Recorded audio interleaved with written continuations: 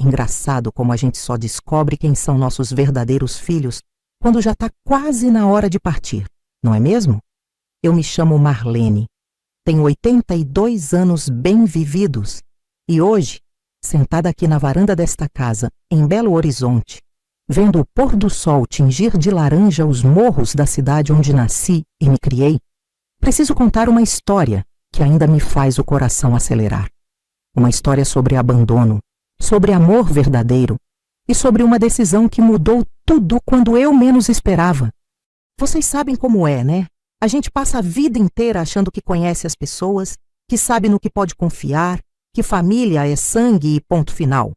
Mas às vezes, meus queridos, a vida resolve nos dar uma lição dessas que deixa a gente de queixo caído, mesmo depois de tanto tempo de estrada. É que existe uma diferença muito grande entre ser mãe e ser tratada como mãe, entre dar à luz e ser verdadeiramente amada. E eu demorei 82 anos para aprender isso na pele.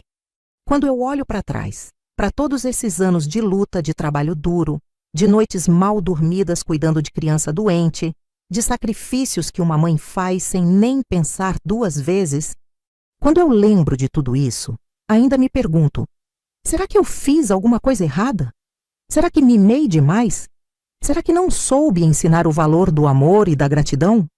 Mas aí eu olho para o lado, vejo a Camila preparando o nosso chá da tarde. Sim, nossa, porque agora ela é minha filha de coração e entendo que algumas bênçãos chegam disfarçadas de tragédia. Algumas das maiores dores da nossa vida acabam sendo as chaves que abrem as portas para os maiores presentes. Esta história que vou contar para vocês aconteceu há pouco mais de um ano.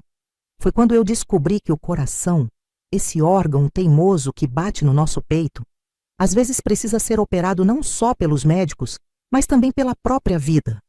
E que nem sempre quem carrega nosso sobrenome é quem realmente carrega nossa alma. Preparem o lenço, porque esta história vai mexer com vocês do mesmo jeito que mexeu comigo. E talvez, só talvez, vocês também descubram que família de verdade não é aquela que a gente gera, é aquela que a gente escolhe e que nos escolhe de volta. Deixa eu começar do começo, para vocês entenderem bem quem é esta velha que está aqui contando história. Eu me tornei mãe solteira em 1965, numa época em que isso ainda era motivo de cochichos na vizinhança aqui em Belo Horizonte. O pai dos meninos, um rapaz bonito que trabalhava na construção civil, sumiu no mundo quando soube que eu estava esperando gêmeos. Sim, gêmeos.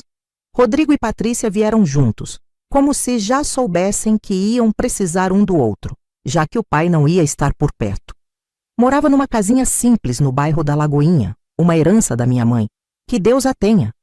3 cômodos pequenos, quintal com um pé de jabuticaba que até hoje dá fruto, e uma vizinhança onde todo mundo conhecia todo mundo. Era lá que eu criava meus filhos, vendendo brigadeiro e beijinho na porta da escola estadual Professor Leopoldo Miranda, depois que saía do meu trabalho na fábrica de tecidos. Gente, que correria era aquela! Acordava às 5 da manhã, deixava as crianças com a dona Conceição, uma senhora santa que morava na casa ao lado, ia trabalhar das 7 às 4, voltava correndo, pegava os meninos e ainda tinha que fazer minha vidinha de vendedora de doce para completar o orçamento. Fim de semana era dia de lavar roupa no tanque, passar a ferro, fazer a feira no Mercado Central e preparar os doces da semana. Mas eu era feliz, sabe? Mesmo com toda essa luta, eu era feliz. Porque quando chegava em casa e via aqueles 2 rostinhos correndo para me abraçar, gritando, "Mamãe chegou!", eu sentia que tudo valia a pena. Rodrigo, sempre mais sério, já chegava me mostrando as lições da escola. Patrícia, mais arteira, vinha com o uniforme todo sujo de terra do recreio, mas com aquele sorriso que iluminava minha alma. Eles cresceram vendo minha luta, vendo meu esforço. Quando Rodrigo fez 15 anos, quis largar a escola para trabalhar e me ajudar. Quase tive um treco. "Você vai estudar, sim, senhor. É para isso que sua mãe se mata trabalhando", eu disse e não teve conversa. Patrícia também quis trabalhar cedo, mas eu não deixei. "Vocês vão ter a oportunidade que eu não tive", eu repetia sempre. E conseguiram, graças a Deus. Rodrigo se formou engenheiro civil na UFMG, Patrícia virou professora de português Eu chorei como criança nas 2 formaturas, orgulhosa demais da vida. Ali na plateia, de vestido novo que eu tinha comprado prestado na Rua dos Carijós, eu pensava, consegui! Meus filhos vão ter uma vida melhor que a minha. Quando eles casaram, eu ainda tive esperanças de que nossa família ficasse mais unida. Rodrigo se casou com a Fernanda, uma moça educada da Zona Sul, e foram morar num apartamento bonito no Buritis. Patrícia casou com o Paulo, colega de trabalho dela, e foram para uma casa em Contagem. Os netos vieram. Rodrigo teve o Pedro e a Ana, Patrícia teve o Lucas e a Sofia. E eu? Eu continuei na minha casinha da Lagoinha, esperando as visitas que foram ficando cada vez mais raras. No começo, eles ainda vinham nos domingos. Trazia os netinhos, a gente fazia almoço junto, conversava na varanda. Mas depois, sei lá, parece que a vida deles ficou mais complicada, mais corrida. As visitas viraram uma vez por mês, depois a cada 2 meses, depois só no aniversário e no Natal. Eu entendia, ou pelo menos tentava entender. Afinal, eles tinham suas vidas, seus trabalhos, suas responsabilidades. Mas no fundo do coração, eu sentia uma saudade danada. Saudade de fazer parte da vida deles de verdade, não só nas datas especiais. Foi aí que minha saúde começou a dar os primeiros sinais. Umas dores no peito, uns cansaços estranhos, falta de ar subindo a ladeira de casa. Eu comentava com eles quando ligavam. Sim, porque as visitas tinham virado só telefonemas, mas sempre ouvia um "Ah, mãe, é da idade mesmo", ou "A senhora precisa fazer mais exercício". Até que numa manhã de abril do ano passado, eu acordei com uma dor no peito que parecia que um elefante estava sentado em cima de mim. Consegui chegar no posto de saúde do bairro e de lá me mandaram direto para o Hospital das Clínicas. Foi quando o Dr. Antônio, um cardiologista de cabelo grisalho e jeito paternal, me disse aquelas palavras que mudaram tudo. Dona Marlene, a senhora precisa operar o coração urgente. Tem uma válvula que não está funcionando direito, e se não cuidar logo, pode ser perigoso. Naquela hora, meus queridos, a primeira coisa que passou pela minha cabeça não foi medo da cirurgia. Foi: meus filhos, eles vão vir, né? Eles não vão me deixar sozinha numa hora dessas. Como eu estava enganada. Quando saí do consultório do Dr. Antônio com a notícia da cirurgia, minha primeira reação foi ligar para os meus filhos.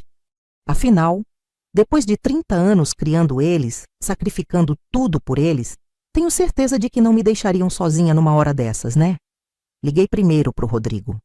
O telefone tocou mais 5 vezes antes dele atender, e quando atendeu, dava para ouvir vozes ao fundo, aquela correria de escritório. Oi, mãe, tudo bem? Olha, eu tô meio corrido aqui. Rodrigo, meu filho, preciso te contar uma coisa importante. Fui no médico hoje e... Mãe, pode ser rapidinho? Tenho uma reunião em 5 minutos. Respirei fundo e disse de uma vez: vou ter que operar o coração. O médico disse que é urgente. Silêncio do outro lado. Depois ouvi ele suspirar. Mãe, olha, é sério isso? Ah, que situação, né? Olha, eu tô numa fase muito complicada no trabalho. Tem um projeto que se eu não entregar vai dar uma confusão danada. Mas calma, depois eu converso com a Fernanda. A gente vê o que pode fazer, tá? Qualquer coisa me liga. Fiquei segurando o telefone mesmo depois que ele desligou. Qualquer coisa me liga. Como se eu fosse ligar por qualquer coisa. Eu estava falando de uma cirurgia do coração. Tentei a Patrícia. Ela atendeu mais rápido, mas no fundo, dava para ouvir criança chorando. Oi, mãe! Que bom que ligou! Eu estava pensando em te ligar. Olha, as crianças estão todas gripadas. Tô aqui virada no avesso. Que foi? Contei a mesma coisa. Cirurgia do coração. Urgente. Ai, mãe, que susto. Olha, mas não se preocupa não. Cirurgia hoje em dia é tranquilo. Eu queria muito estar aí com a senhora, mas com as crianças assim. E o Paulo viajou a trabalho. Não posso deixar eles doentes aqui sozinhos. Depois eu passo aí, prometo. Qualquer coisa me liga, viu? Qualquer coisa me liga. De novo. Desliguei o telefone e fiquei ali sentada na cozinha, olhando para aquelas 4 paredes que tinham visto meus filhos crescerem. Será que eu tinha ouvido direito? Será que eles realmente tinham me dispensado numa hora dessas? Tentei encontrar desculpas para eles na minha cabeça. Rodrigo está trabalhando muito, coitado. Patrícia está com as crianças doentes, ela não pode mesmo sair. Mas no fundo, bem no fundo, uma vozinha teimosa insistia. Marlene, se fosse a sogra deles precisando, eles não dariam essas desculpas. A cirurgia foi marcada para uma semana depois. Durante esses 7 dias, eu liguei mais 2 vezes para cada um. Rodrigo sempre me atendeu apressado, sempre com alguma desculpa nova. Mãe, surgiu uma licitação importante. Mãe, a Fernanda está com problema na família dela. Patrícia também. Mãe, o Lucas está com febre. Mãe, teve reunião na escola da Sofia. Na véspera da cirurgia, fiz uma tentativa desesperada. Liguei para os 2 e disse: filhos, é amanhã. Vou pro hospital às 6 da manhã. Vocês vão conseguir ir? Rodrigo. Mãe, olha, eu vou tentar dar uma passadinha lá depois, mas não posso prometer nada. Tem uma apresentação importante amanhã à tarde. Patrícia. Mãe, eu tô tentando ver se consigo alguém para ficar com as crianças, mas tá difícil. Mas fica tranquila, vai dar tudo certo. Depois eu passo aí. Parecia que virou o bordão deles. Naquela noite não consegui dormir. Ficava olhando para o teto, pensando em tudo. Em quantas vezes eu tinha deixado tudo de lado quando eles precisaram. Quando Rodrigo quebrou o braço aos 8 anos, eu saí correndo do trabalho. Quando Patrícia teve cachumba, eu passei 3 noites acordada cuidando dela.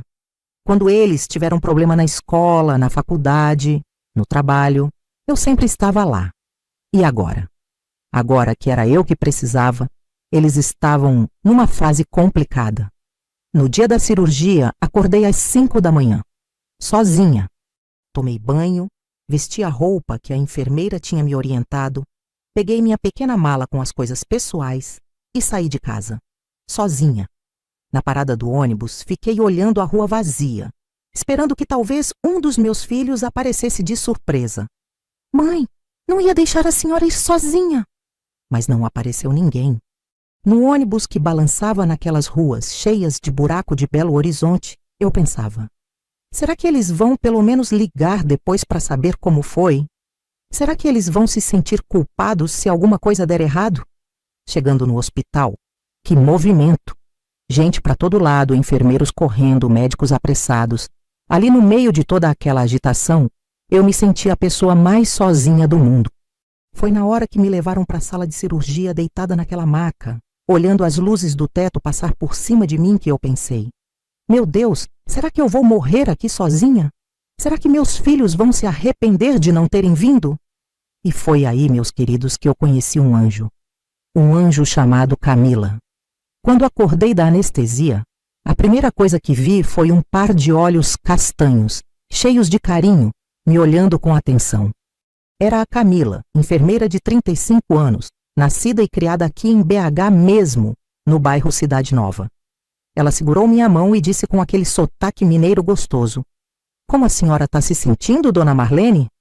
Eu tentei falar, mas a garganta estava seca da anestesia. Ela logo trouxe água, me ajudou a beber devagarinho, ajeitou meu travesseiro. Sua cirurgia foi um sucesso. O doutor Antônio disse que correu tudo perfeito. Olhei para o lado procurando... sei lá o que eu estava procurando. Talvez flores, cartões, algum sinal de que alguém tinha vindo me visitar. Seus filhos ainda não chegaram, né? Ela perguntou como se lesse meus pensamentos. Mas pode deixar, que eles devem estar vindo. Devem, eu respondi baixinho, tentando não mostrar a decepção. Durante os 8 dias que fiquei internada, a Camila virou minha companhia constante. Todo dia ela perguntava: e aí, dona Marlene, seus filhos vão vir hoje?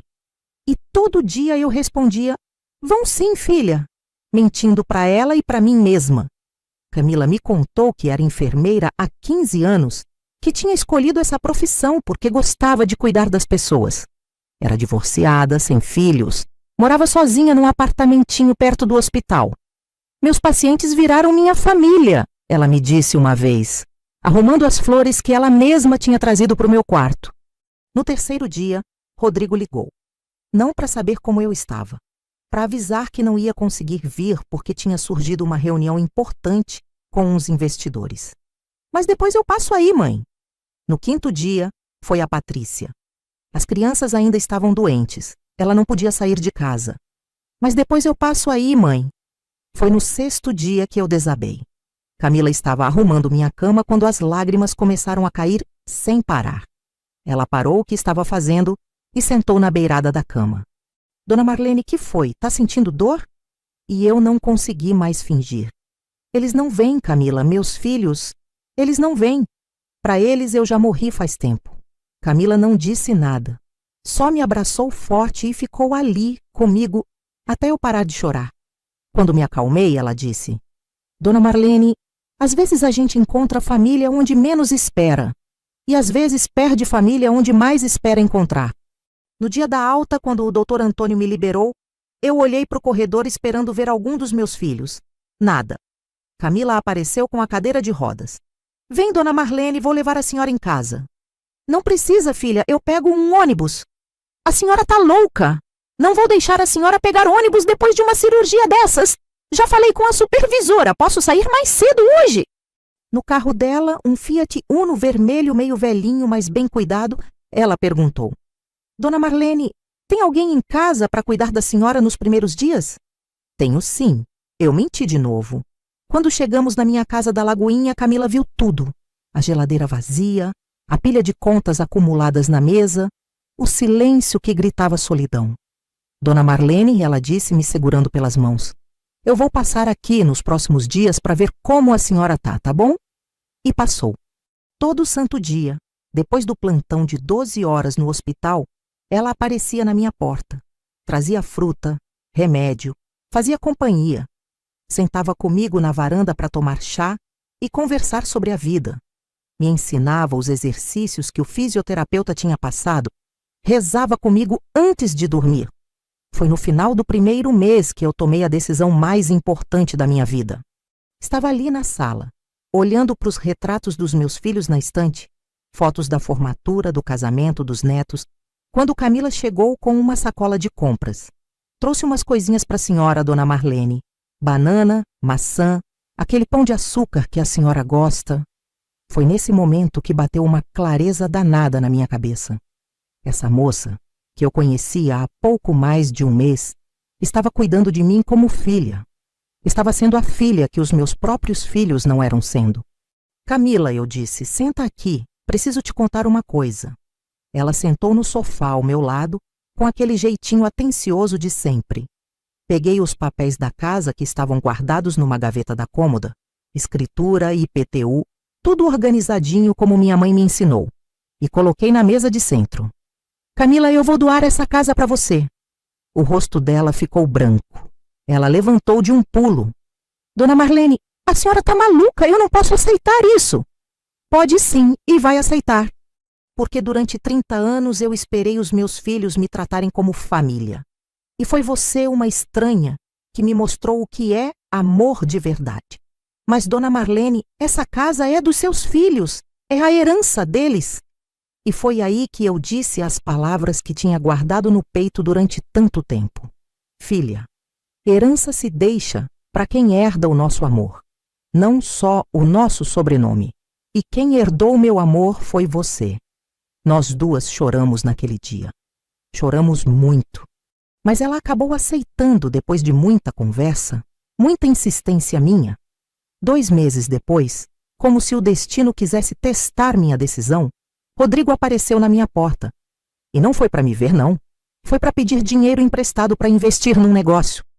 Mãe, surgiu uma oportunidade incrível de investimento, mas preciso de uns 50 mil. A senhora tem aí guardado, né? Foi aí que ele viu as caixas espalhadas pela sala. A casa meio vazia. Alguns móveis já levados. Mãe, a senhora está se mudando. Não, filho, eu doei a casa. O rosto dele ficou de uma cor que eu nunca tinha visto. Branco, verde, roxo, tudo ao mesmo tempo.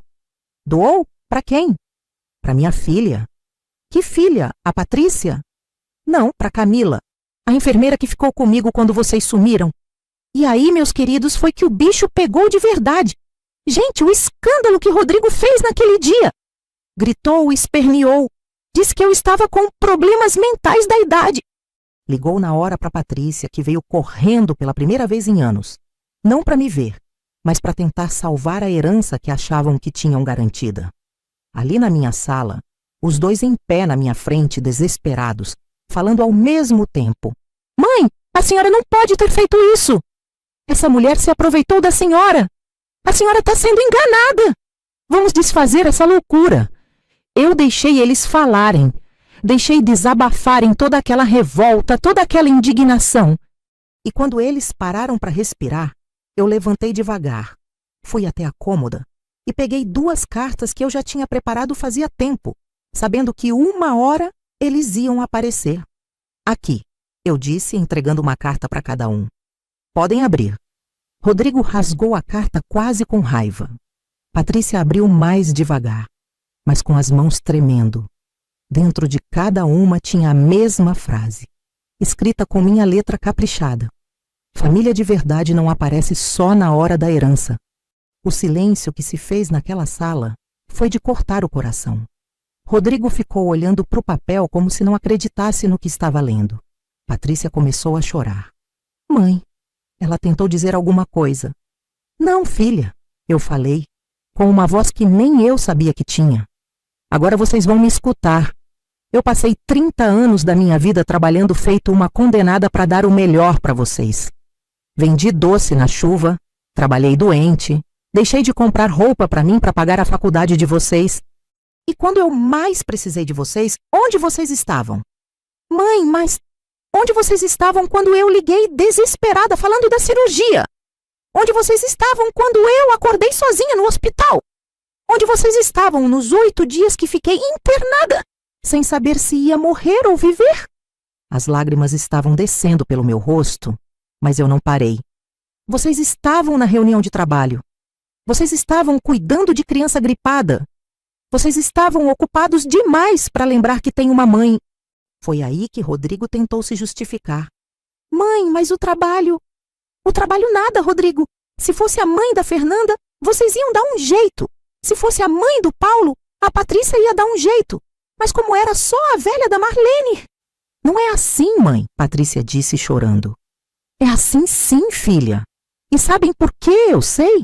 Porque a Camila me mostrou. Uma mulher que não me conhecia de lugar nenhum, que não me devia nada, que ganha um salário de enfermeira e mesmo assim aparecia aqui todo dia depois de trabalhar 12 horas seguidas. Ela me tratou como mãe quando vocês me trataram como um estorvo. Rodrigo tentou uma última cartada. Mãe, a gente pode processar. Isso não vai ficar assim. E foi aí que eu ri. Ri de uma forma que até me assustou. Podem processar à vontade, meu filho. A casa está no nome dela, com toda a documentação certinha, passou no cartório e tudo. E sabem por quê? Porque durante esses meses todos, a Camila não quis aceitar. Ela insistia que não podia receber a casa, que não estava certo. Sabe o que ela fazia? Ela chorava. Chorava porque achava que não merecia. Já vocês nem choraram quando souberam que eu ia operar o coração. Nesse momento, como se tivesse sido combinado, a Camila chegou do trabalho. Ela tinha uma chave. Eu tinha dado para ela já fazia tempo. E entrou pela porta da frente. Boa tarde, dona Marlene. Ah, desculpa. Não sabia que tinha visita. Entra, filha. Estes são meus filhos, Rodrigo e Patrícia. A situação ficou tensa. Rodrigo e Patrícia olharam para Camila como se ela fosse uma criminosa. Camila ficou sem graça, mas se aproximou de mim com carinho. Como a senhora está se sentindo hoje? Tomou o remédio do coração? Tomei sim, filha. Obrigada. E foi nesse momento que eu vi a diferença. Camila perguntou do meu coração. Meus filhos só perguntaram da minha casa. Rodrigo e Patrícia saíram dali revoltados, prometendo que não iam deixar barato. Mas sabem de uma coisa? Eles nunca processaram nada, porque no fundo, bem no fundo, eles sabem que eu fiz a coisa certa. Hoje, 1 ano depois, ainda moro na mesma casa, mas agora é nossa casa, minha e da Camila. Ela não me deixou sair daqui. A senhora é minha mãe agora, ela disse. E filha não abandona a mãe. Dividimos tudo, as contas, o trabalho da casa, as alegrias, as preocupações. Ela me chama de mãe, eu chamo ela de filha. Nos domingos fazemos almoço juntas e conversamos na varanda. Quando eu fico doente, ela cuida de mim. Quando ela fica triste, eu cuido dela. Rodrigo e Patrícia ainda ligam de vez em quando. Não para saber como eu estou, para tentar me convencer a voltar atrás na decisão. Mas eu sempre digo a mesma coisa. Filhos, vocês tiveram 30 anos para ser meus filhos de verdade. Agora é tarde. Às vezes ainda dói. Não vou mentir para vocês. Dói saber que os filhos que eu carreguei no ventre, que eu criei com tanto amor, só se importavam comigo quando achavam que iam herdar alguma coisa. Dói pensar em todos os natais que passei sozinha esperando uma visita que não vinha. Dói lembrar de todas as vezes que fingi que estava tudo bem quando eles perguntavam: como a senhora está no telefone, só para não incomodar. Mas sabem o que dói mais? Pensar que se eu não tivesse quase morrido naquele hospital, eu nunca teria descoberto que existe um tipo de amor mais puro, mais verdadeiro, do que aquele que vem só do sangue. A Camila me ensinou que família não é quem nasce com você, é quem escolhe ficar com você. É quem aparece quando você precisa, não só quando é conveniente. É quem segura sua mão no hospital, quem traz remédio quando você está doente, quem senta na varanda para conversar sobre a vida. Ontem mesmo eu estava aqui tomando café da manhã e a Camila chegou da farmácia com meus remédios do coração. Ela sentou do meu lado e disse: mãe, a senhora salvou minha vida também, sabia? Como assim, filha? Eu estava numa fase muito difícil quando conheci a senhora. Acabando de sair de um casamento complicado, me sentindo muito sozinha, achando que nunca ia ter uma família de verdade. Aí apareceu a senhora, me deu um amor de mãe que eu nunca tive. Minha mãe morreu quando eu era criança.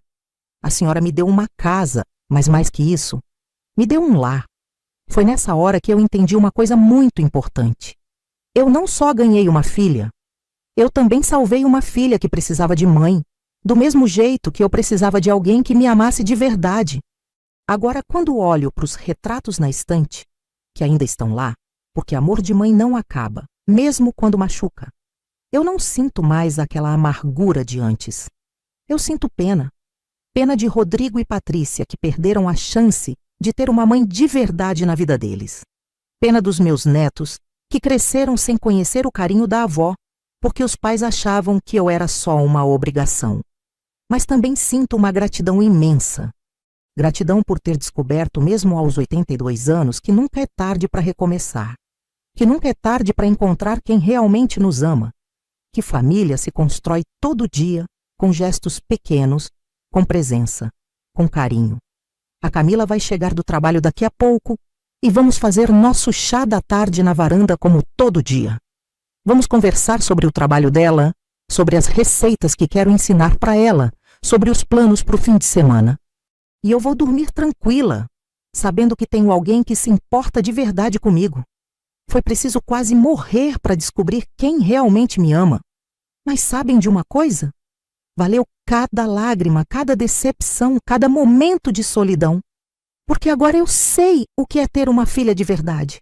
E se vocês que estão me ouvindo têm pais idosos em casa, façam um favor para esta velha mãe aqui.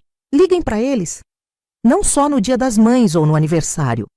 Liguem hoje mesmo, perguntem como eles estão, marquem um almoço, deem um abraço.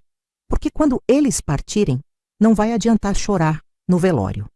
O que vale é o amor que a gente dá enquanto eles estão aqui. E se vocês são como a Camila, que encontram pessoas precisando de carinho pelo caminho da vida, não hesitem em estender a mão. Às vezes um gesto simples pode mudar 2 vidas ao mesmo tempo. Esta história que contei para vocês é real, aconteceu comigo, aqui mesmo em Belo Horizonte, numa casinha humilde da Lagoinha que agora abriga o maior amor que eu já conheci. Se ela tocou o coração de vocês como tocou o meu ao relembrá-la, compartilhem com alguém especial. Porque histórias de amor verdadeiro precisam ser espalhadas pelo mundo, para que mais gente entenda que família não é só sangue, é escolha, é presença, é amor em ação. E lembrem-se, nunca é tarde para amar de verdade, e nunca é tarde para ser amado de verdade também.